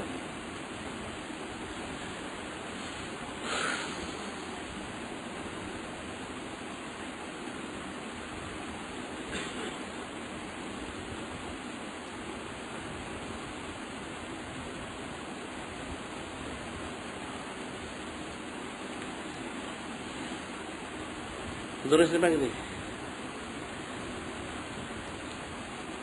পাখি ধরো, তাহলে সবাই বলবো আমার সাথে সাথে বলো। বিসমিল্লাহির রহমানির রহিম। আল্লাহ পাক আমি তওবা করিতেছি গুনাহে কাবীরা, সগীরা, বিদআত, শিরক, যাহিরি, বাতিনি, ইচ্ছা অনিচ্ছা সর্বপ্রকার গুনাহ হইতে। আস্তাগফিরুল্লাহ রব্বি মিন কুল্লি যামবিন ওয়া আতুবু ইলাইহি ওয়ালা হাওলা ওয়ালা কুওয়াতা ইল্লা বিল্লাহিল আলিয়্যিল আযীম। আল্লাহ পাক আমি মুসলমান হইতেছি, লা ইলাহা ইল্লাল্লাহু মুহাম্মাদুর রাসূলুল্লাহ, আশহাদু আন লা ইলাহা ইল্লাল্লাহু ওয়া আশহাদু আন্না মুহাম্মাদান আবদুহু ওয়া রাসূলুহু। আল্লাহ পাক আমি বায়াত করিতেছি উপর হাত মুহাম্মদ দিল্লুর রহমান, যিনি মুস্তাফিজ হচ্ছেন বীজ তরিকা কাদরিয়া, চিশতিয়া, নকশবন্দিয়া, মুজাদ্দিদে আলিয়া और मुहम्मदिया। अल्लाहुम्मा सल्लि अला सय्यिदिना नबियिना हबीबिना शफीना मौलाना वसीलति इलैका व आलिहि व सल्लिम اللهم صل على سيدنا ونبينا حبيبنا شفينا مولانا معدن الجود والكرم وآل سلم اللهم صل على سيدنا ونبينا حبيبنا شفينا مولانا النبي الأمي وآله وسلم رب ارحمهما كما ربياني صغيرا ربنا اغفر علينا صبرا وتوفنا مسلمين ربنا آتنا في الدنيا حسنة وفي الآخرة حسنة وقنا عذاب النار اللهم صل على سيدنا ونبينا حبيبنا شفينا مولانا وسيلة إليك وآله وسلم আল্লাহ সকলের জিন্দেগি সমস্ত গুনাহ খাতাগুলি ক্ষমা করে দিন। গুনাহে কবিরা সগীরা বেদাশিক জহেরি বাতিনি ইচ্ছা অনিচ্ছা সমস্ত গুনাহ থেকে হেফাজত করুন। আপনার ধ্যানে খেয়ালে মহব্বতে মশগুল থাকার তৌফিক দান করুন। রব্বিরহামহুমা কামা রব্বায়ানি সগীরা اللهم صل على سيدنا ونبينا حبيبنا شفينا مولانا وسيلة إليك وآله وسلم আল্লাহ খাস করে আপনার হাবিব নূরে মুজাসসাম নবীদের নবী রাসূলদের রাসূল হুজুর পাক সাল্লাল্লাহু আলাইহি সাল্লাম ওনার কাছে আমাদের দোয়াগুলি কবুল করেন। আল্লাহ খাস করে আপনার হাবিব নূরে মুজাসসাম নবীদের নবী রাসূলদের রাসূল হুজুর পাক সাল্লাল্লাহু আলাইহি সাল্লাম ওনার সমস্ত মুসলমানদেরকে কবুল করে নিন। মুসলমানদের হেফাজত করুন, গায়বী মদদ করুন, ইহসান আল্লাহ পাক আল্লাহ খাস করে দিনের সমস্ত মুসলমানদের ইলমে দ্বীন দান করুন, ইলমে লাদুন্নি দান করুন। মুসলমানদের জাহির বাতিন ইসলাহ করে দিন। সমস্ত মুসলমানদের অন্তরগুলি পরিশুদ্ধ করে দিন। অন্তর থেকে বদ খাসলত দূর করে দিন, নেক খাসলত পয়দা করে দিন। মুসলমানদের জাহির বাতিন ইসলাহ করে দিন। জাহিরি বাতিন ইলম দান করুন, ইলমে লাদুন্নি দান করুন। কোরআন শরীফ, হাদিস শরীফ, ইজমা কিয়াসের ইলম দান করুন। এর উপরে ইস্তেমাল থাকার তৌফিক দান করুন। দিনের সহিহ সমঝ দান করুন। আল্লাহ পাক দুনিয়ার সমস্ত মুসলমানদেরকে দিনের সহিহ সমঝ দান করুন। সমস্ত মুসলমানদেরকে আল্লাহ ওনাদের সবর দেখতে করার তৌফিক দান করুন। হাকিকি ফয়জ দেখতে করার তৌফিক দান করুন। মুসলমানদের ঈমানিকত বৃদ্ধি করে দিন, রুহানিকত বৃদ্ধি করে দিন, গায়বী মদদ করুন। ইহসান আল্লাহ পাক اللهم صل على سيدنا ونبينا حبيبنا شفينا مولانا وسيلة إليك وآله وسلم আল্লাহ খাস করে আপনার হাবিব নূরে মুজাসসাম নবীদের নবী রাসূলদের রাসূল হুজুর পাক সাল্লাল্লাহু আলাইহি সাল্লাম ওনার সমস্ত মুসলমানকে শেফা দান করুন, সুস্থতা দান করুন, স্বাস্থ্য দান করুন, সেহাত কামেল আতা করুন, সেহাত কামেল আতা করুন। আয় আল্লাহ পাক দুনিয়ার সমস্ত মুসলমানদেরকে সমস্ত বিমার থেকে সেবা দান করুন, সুস্থতা দান করুন, স্বাস্থ্য দান করুন, ইত্তিনান দান করুন, সুকুনাত দান করুন। আল্লাহ পাক সমস্ত বিমার থেকে শেফা দান করুন, গায়বী মদদ করুন, ইহসান করুন। আল্লাহুম্মা সাল্লি আলা সাইয়্যিদিনা মাওলানা ওয়াসিলাতি ইলাইকা ওয়া আলিহি ওয়া সাল্লিম। আল্লাহ পাক খাস করে আপনার হাবিব নূরে মুজাসসাম নবীদের নবী রাসূলদের রাসূল হুজুর পাক সাল্লাল্লাহু আলাইহি সাল্লাম ওনার আল্লাহ পাক সমস্ত মুসলমানদেরকে সচ্ছল করে দিন, রিজিক কোষাদা করে দিন, রিজিকের তঙ্গে দস্তে দূর করে দিন। আয় আল্লাহ পাক দুনিয়ার সমস্ত মুসলমানদের অভাব অনটন দূর করে দিন, মুসলমানদের সচ্ছল করে দিন, ইত্মিনান দান করুন, মায়ের জিন্দেগি সহজ করে দিন, মায়ের সাথে জিন্দেগি সহজ করে দিন, রিজিকের তঙ্গে দস্তে দূর করে দিন, রিজিকের তঙ্গে দস্তে দূর করে দিন। আল্লাহ পাক আল্লাহ মুসলমান যেন কোনো অবস্থাতেই রিজিকের বিষয়ে কাফের মুশরিক বেদিন বদ্দিন ইহুদি নাসারা মুশরিক তাদের মুহতাজ নয় সেই তৌফিক দান করুন। আপনার মুহতাজ করে দিন, আপনার হাবিবের মুহতাজ করে দিন, আপনার হাবিবের মুহতাজ করে দিন। আর দুনিয়ার সমস্ত কাফের মুশরিক বেদিন বদ্দিন ইহুদি নাসারা মুশরিক যারা রয়েছে আল্লাহ তাদের সবাইকে সর্ব বিষয়ে মুসলমানদের মুহতাজ করে দিন, মুসলমানদের মুহতাজ করে দিন। আর মুসলমানদের আপনার মুহতাজ করে দিন, আপনার হাবিবের মুহতাজ করে দিন। মুসলমানদের গায়বী মদদ করুন, ইহসান আল্লাহ পাক ইহসান করুন। আল্লাহুম্মা সাল্লি আলা সাইয়্যিদিনা ওয়া হাবিবিনা শাফিনা মাওলানা ওয়াসিলাতি ইলাইকা ওয়া আলিহি ওয়া সাল্লিম। আল্লাহ খাস করে কাফের মুশরিক বেদিন বদ্দিন ইহুদি নাসারা মুশরিকরা ওলামায়ে সুরা মুসলমানদের জুলুম করে যাচ্ছে, জুলুম করার চক্রান্ত করে যাচ্ছে এবং ঈমান নষ্ট করার ষড়যন্ত্র করে যাচ্ছে। আল্লাহ পাক এই সমস্ত কাফের মুশরিক বেদিন বদ্দিন ইহুদি নাসারা মুশরিক ওলামায়ে সুদের আল্লাহ পাক হেদায়েত দান করুন, এদেরকে হেদায়েত দান করুন, এদেরকে হেদায়েত দান করুন। যদি হেদায়েত নসিবে না থেকে তাকে নিস্তানাবুদ করে দেয়, নিশ্চিহ্ন করে দেয়, অস্তিত্ব বিলীন করে দেয়, এদেরকে মিটিয়ে দেয়। এরা যেন কোনো অবস্থাতে মুসলমান ঈমান নষ্ট করতে না পারে সেই তৌফিক দান করুন, মুসলমানদের জুলুম করতে না পারে সেই তৌফিক দান করুন, মুসলমানদের ক্ষতি করতে না পারে সেই তৌফিক দান করুন। আল্লাহু খায়রুন হাফিজাও ওয়া হুয়া আরহামুর রাহিমিন। اللهم صل على سيدنا ونبينا حبيبنا شفينا مولانا وسيلة إليك وآله وسلم। আল্লাহ খাস করে যারা মুসিবতগ্রস্ত রয়েছে মুসিবত থেকে হেফাজত করুন, যারা বিপদগ্রস্ত রয়েছে বিপদ থেকে হেফাজত করুন, যারা বিমারগ্রস্তদের বিমার থেকে হেফাজত করুন। আল্লাহ পাক যারা ঋণগ্রস্তদের ঋণ থেকে হেফাজত করুন। আল্লাহ পাক সবাইকে সর্বপ্রকার আপদ বিপদ মুসিবত ফিতনা ফাসাদ মামলা মোকদ্দমা আযাব গজব থেকে হেফাজত করুন। আসমানি বালা জমিনি বালা সমস্ত বালা মুসিবত থেকে হেফাজত করুন। খাস খায়ের বরকত নাজিল করুন। মায়ের জিন্দেগি সহজ করে দিন। এই 3 বছর করবার তৌফিক দান করুন। রব্বির হামহুমা কামা রব্বায়ানি সগীরা রব্বির হামহুমা কামা রব্বায়ানি সগীরা রব্বির হামহুমা কামা রব্বায়ানি সগীরা। আল্লাহুম্মা সাল্লি আলা সাইয়্যিদিনা নাবিয়িনা হাবিবিনা শাফিনা মাওলানা ওয়াসিলাতি ইলাইকা ওয়া আলিহি ওয়া সাল্লিম। আল্লাহ পাক খাস করে আমাদের দৈনিক আল ইহসান মাসিকাল বায়ানের পত্র পত্রিকা কি যা কিছু বের হচ্ছে হয়েছে হবে সব কবুল করে নিন, সব কবুল করে নিন। সারা বিশ্বে ছড়িয়ে দিন, সারা বিশ্বে ছড়িয়ে দিন। এর সব হেদায়েত দান করুন। আপনার মতামত করে দিন, আপনার হাবিবের মতামত করে দিন এবং খাস করে আঞ্জুমান আল বায়ানের মজলিসগুলি কবুল করে নিন। সারা বিশ্বে ছড়িয়ে দিন, সারা বিশ্বে ছড়িয়ে দিন। যারা সংশ্লিষ্ট সবাইকে কবুল করে নিন, সবাইকে কবুল করে নিন। আপনার মতামত করে দিন, আপনার হাবিবের মতামত করে দিন। আল্লাহ পাক খাস করে আপনার হাবিব নূরে মুজাসসাম নবীদের নবী রাসূলদের রাসূল হুজুর পাক সাল্লাল্লাহু আলাইহি সাল্লাম ওনার সাথে আমাদের সিলসিলাকে কবুল করে নিন, সিলসিলাকে কবুল করে নিন। সারা বিশ্বে ছড়িয়ে দিন, সারা বিশ্বে ছড়িয়ে দিন। ইলা ইয়াউমুল কিয়ামা, ইলা ইয়াউমুল কিয়ামা যারা দাখিল হয়েছে হচ্ছে সবাইকে কবুল করে নিন, সবাইকে কবুল করে নিন। আপনার মতামত করে দিন, আপনার হাবিবের মতামত করে দিন। গায়বে মদত করুন, ইহসান আল্লাহ পাক ইহসান করুন। আল্লাহুম্মা সাল্লি আলা সাইয়্যিদিনা নাবিয়িনা হাবিবিনা শাফিনা মাওলানা ওয়াসিলাতি ইলাইকা ওয়া আলিহি ওয়া সাল্লিম। আল্লাহ পাক খাস করে দুনিয়ার সমস্ত মুসলমানদের সকলের সকল নেক মকসুদ পুরা করে দিন। দুনিয়ার সমস্ত মুসলমানদের সকলের সকল নেক মকসুদ পুরা করে দিন। সকলের নেক দোয়াগুলি কবুল করে নিন, নেক দোয়াগুলি কবুল করে নিন। আল্লাহ পাক সকলের স্মরণ শক্তি বৃদ্ধি করে দিন, স্মরণ শক্তি বৃদ্ধি করে দিন। কোরআন শরীফ হাদিস ইজমা কিয়াস পড়লে এবং শুনলে সেটা যেন মনে থাকে সেই তৌফিক দান করুন, সেই তৌফিক দান করুন।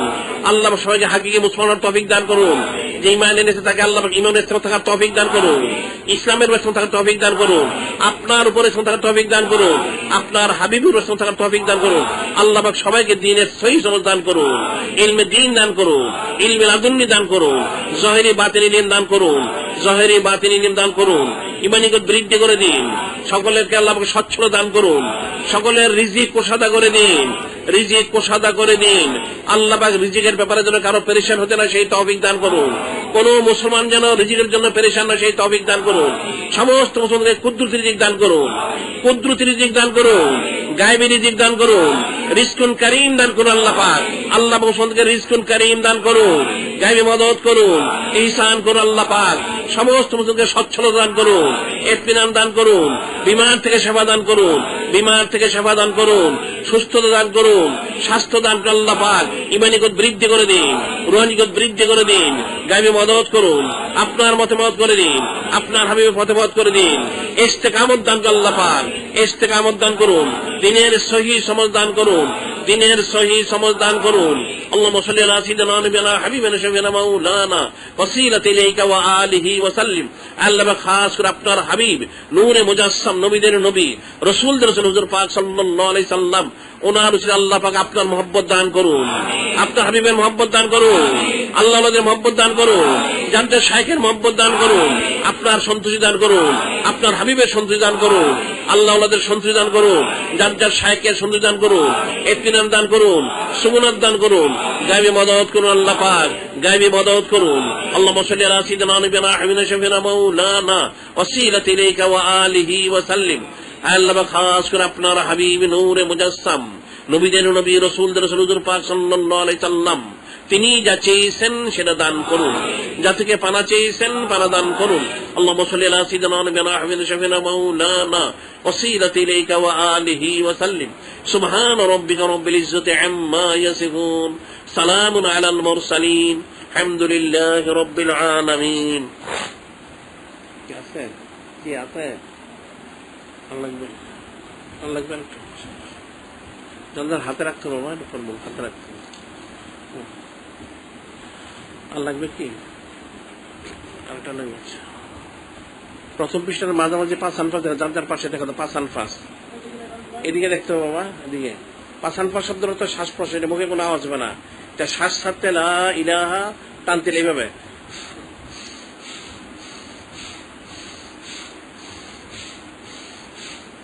শ্বাসটা বের হবে, লা ইলাহা নাই কোনো মাবুদ নাস্তিকতা দুনিয়া মনটা বের হয়ে যাবে। তান্তিল্লা এক আল্লাহ পাক আছেন, আল্লাহ ভিতরে আসবে, গুনাহগাতা মাফ হবে, রিজিকে বরকত হবে, মুসিবত দূর হবে, মৃত্যু সীমান নসিব হবে, চলা ফিরা ওঠা বসা অর্থাৎ আস্তে আস্তে এটা জারি হয়ে যাবে। নিজের সব রাতে দোয়া করার নিয়ম দেখা দাও, দোয়া করে উল্টা পৃষ্ঠায় এশার পর 100 দুরূদ শরীফ, আল্লাহর হাবিব নূরে মুজাসসাম, নবীদের নবী, রাসূলদের রাসূল হুজুর পাক সাল্লাল্লাহু আলাইহি ওয়াসাল্লাম মহব্বত 100 দুরূদ শরীফ। তার নিচে ফজরের পরে তরিকার ইমাম বড় পীর সাহেব রহমতুল্লাহ মহব্বত 100 বার। এশা ফজর 100 দুরূদ শরীফ। এশাটা আল্লাহ পাকের হাবিবের মহব্বত জিয়ারত, ফজরটা আল্লাহ ওয়ালাদের মহব্বত জিয়ারত হবে।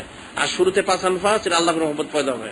বাস করে পকেটে রেখে দিতে হবে, পরে আবার বিস্তারিত আলোচনা করে দিবে। আজকে পদ্ধতি থাকুন হোটেল পানি আছে।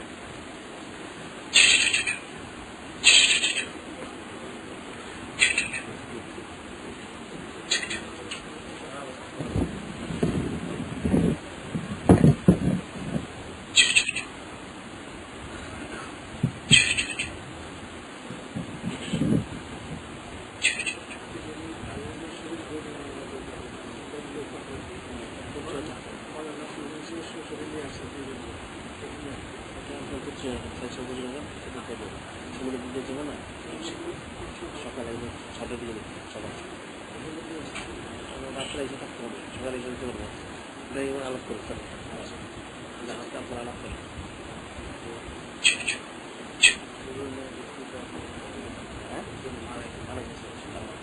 তুমি কি ওটা দেখো, আলাপ করতে থাকবো, পরে আলাপ করো, থাকতে বলো, পরে আলাপ করো। শহরে শহরে কোথায় যায়?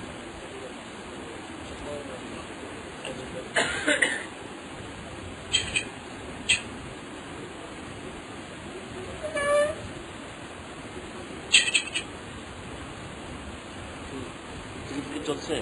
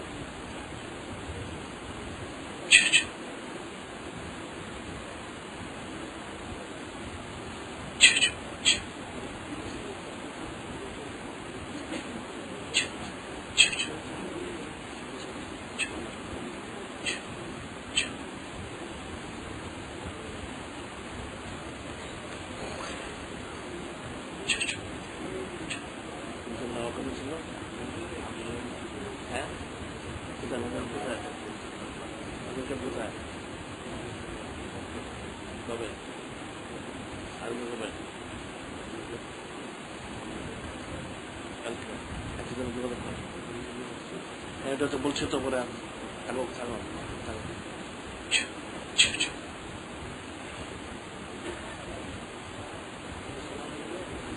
হ্যাঁ, ও বুঝতে হয়েছে। কি নাম ছিল আগে তোমার?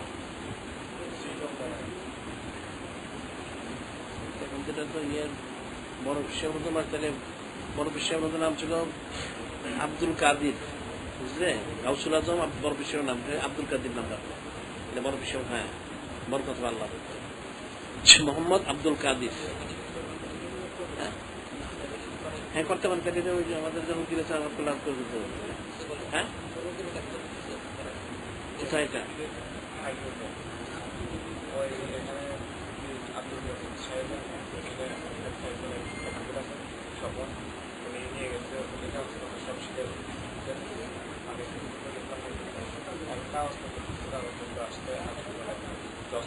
কিসের সময় লাগবে? এটার জন্য সময় লাগে নাকি? ইউটিউব তো যখন তখনই করো, সময় লাগবে কেন? টাকা কোথায় তুমি?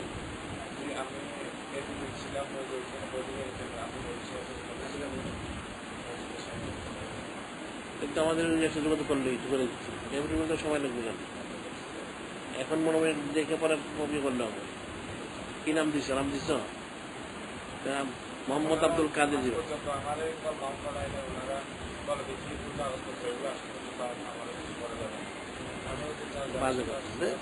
আচ্ছা, ঠিক আছে, পরে দেখা যাবে, করে দেবো, দাও পরে।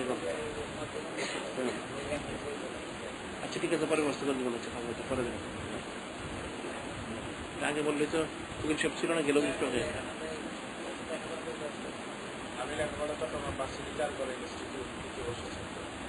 আচ্ছা, পরে ফেসলা করবো।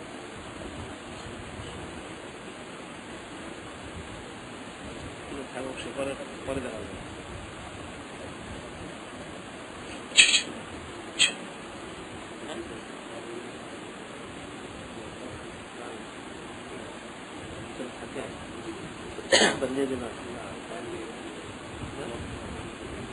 ভিতরে জানাও, আমার এখানে বললে ওখানে জানাবো। যাও,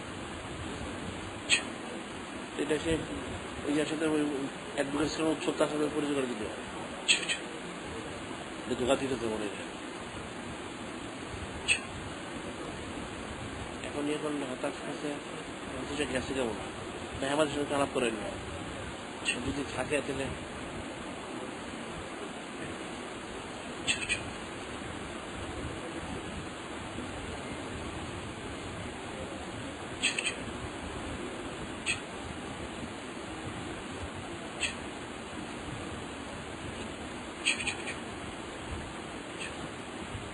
তুমি কি বলছো?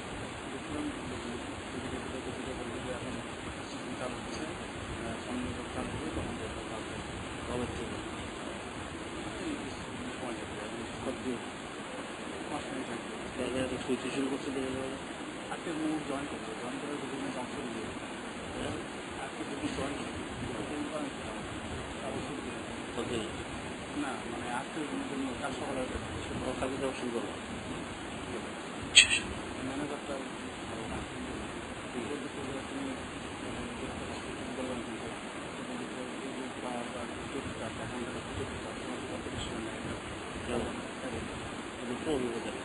পরে দেখা যাবে। তোমরা শিখে নাও, তোমারটা পারো না তুমি? হ্যাঁ, শিখে নাও, কত ভালো লাগছে। হ্যাঁ,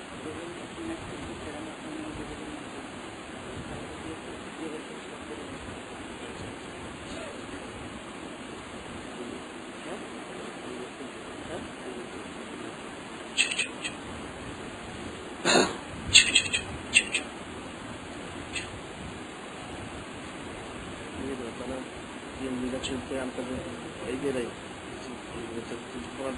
আগে তারা রেকর্ডে কাকে দাওয়াত দিচ্ছ বলে না রে বাবা, সেটা কাউকে কন্ট্যাক্ট আমাকে বলে গেছিল যে আব্দুল হাবিব পরে, সেটা তোকে বলে না। কি হয়েছে তারপর?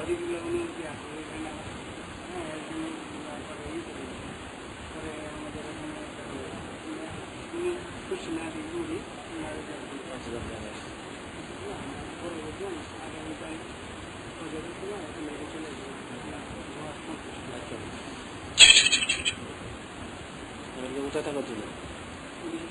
নিয়মটা আমাদের অনেক লোক আছে, কিন্তু যোগাযোগ করবে না কেন? হ্যাঁ, যোগাযোগ করছি পরের যোগাযোগ করলে নিয়মিত আমাদের লোক আছে, মুকিম আছে, ডাক্তার সাহেব আছে, যাও, চল, ঠিক আছে। চল, চল, চল, কাজে নেই। চল, চল, চল। চল, চল। চল, চল, চল। চল। চল, চল। চল, চল।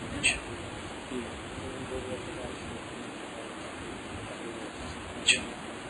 হ্যাঁ? হ্যাঁ? চল, চল, চল। হ্যাঁ?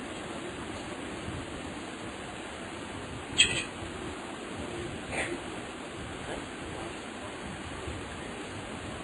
ফোন করে।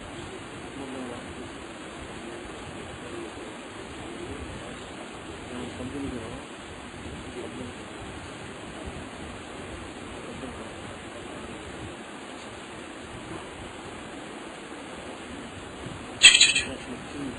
আরে এত দূরত্বে কর, শুনবে না কর, পিসে। হ্যাঁ? মুক্ত যাও, জিজ্ঞেস করবে কিছু বিষয়। চেষ্টা করে যাও, ভিডিও ছিলাম না।